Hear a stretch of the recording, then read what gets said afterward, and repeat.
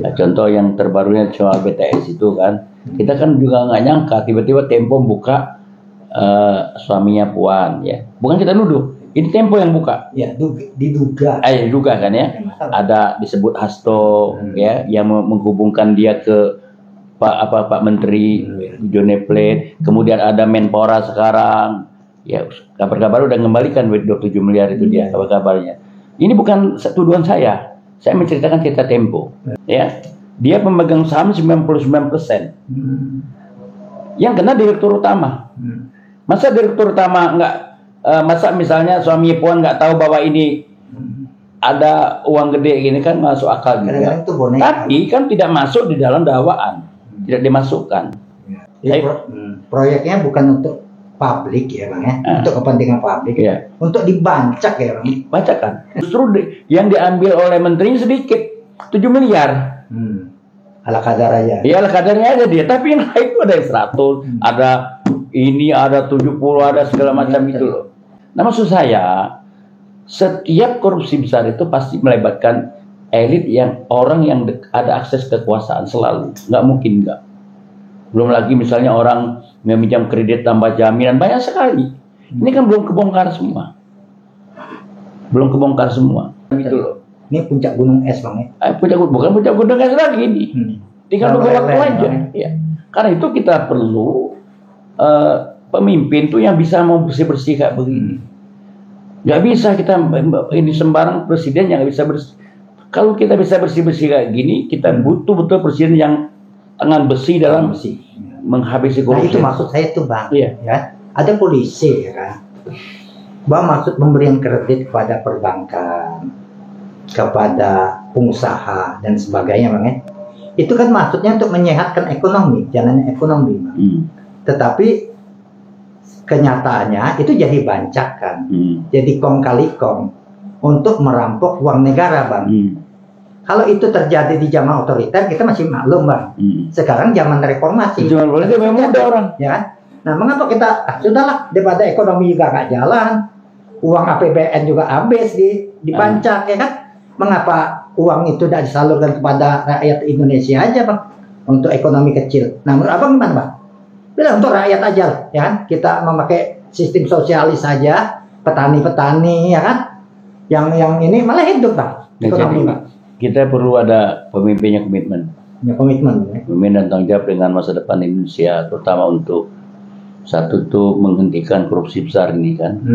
Kedua, menjadikan pertanian itu pusat pertumbuhan baru. Nah, itu Bang. Bagi orang-orang miskin macam-macam, UMKM. Nah, ini kan nggak ada perhatian yang sungguh-sungguh gitu.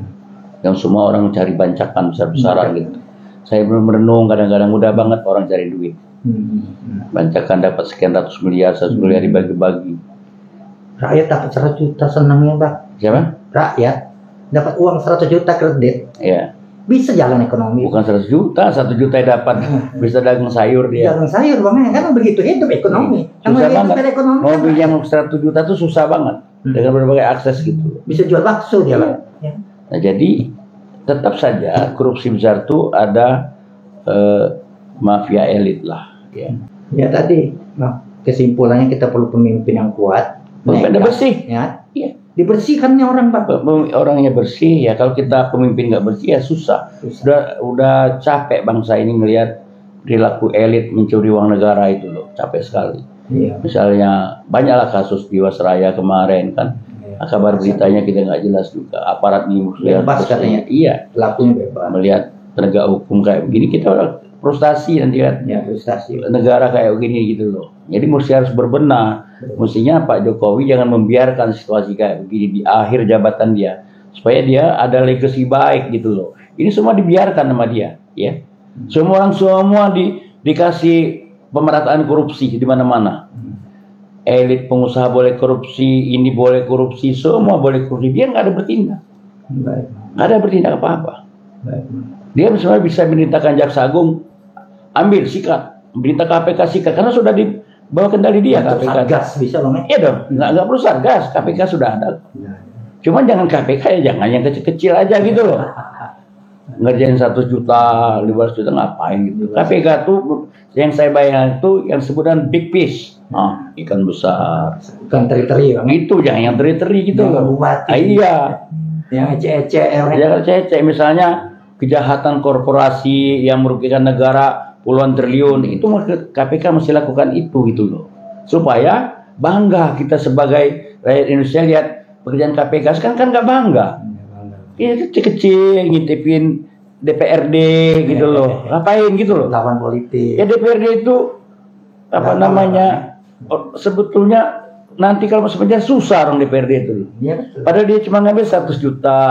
Mesti dipanggil aja sama KPK. Itu pun disumbangkan ke mencet Bang. Adinda atau Pak DPRD, kamu sekali saya maafin ya. Tapi jangan diulangi lagi. Ini enggak, begitu dia ditangkap, semua keluarganya hancur. Hancur. Dia jual kebun untuk segala macam itu loh. Ya, Saya banyak teman-teman DPRD di Morenim itu, ya Allah kasihan saya. Ada yang jual kebun untuk Betul. segala macam itu loh. Jadi menurut saya itu ya mesti KPK lebih bekerja keras lagi, yang nyikatin yang besar-besar. Kan tujuan KPK itu sebetulnya didirikan untuk ngerjain yang besar-besar yang tidak bisa ditangani oleh jaksa dan polisi. Dan KPK juga untuk menangani supaya polisi bersih.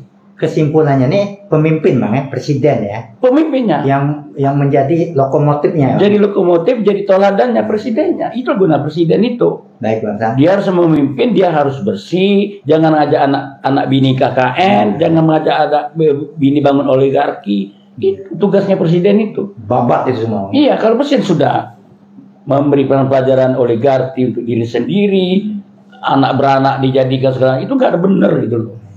Kita butuh presiden tuh ya jangan begitu dia kuasa, dia untuk dirinya sendiri. Ya, baik. Kita butuh orang jadi presiden tuh ikhlas untuk membangun negara ini gitu loh. Jangan begitu jadi presiden dia ngumpulin rekan-rekan KKN itu. Itu yang kita butuh sekarang sebetulnya ya. Nggak tahu nanti siapa yang bakal jadi presiden, itu aja tuh. Terserah lah, mau Anies, mau Bapak Prabowo, mau Ganjar, mesti melakukan tugas seperti itu.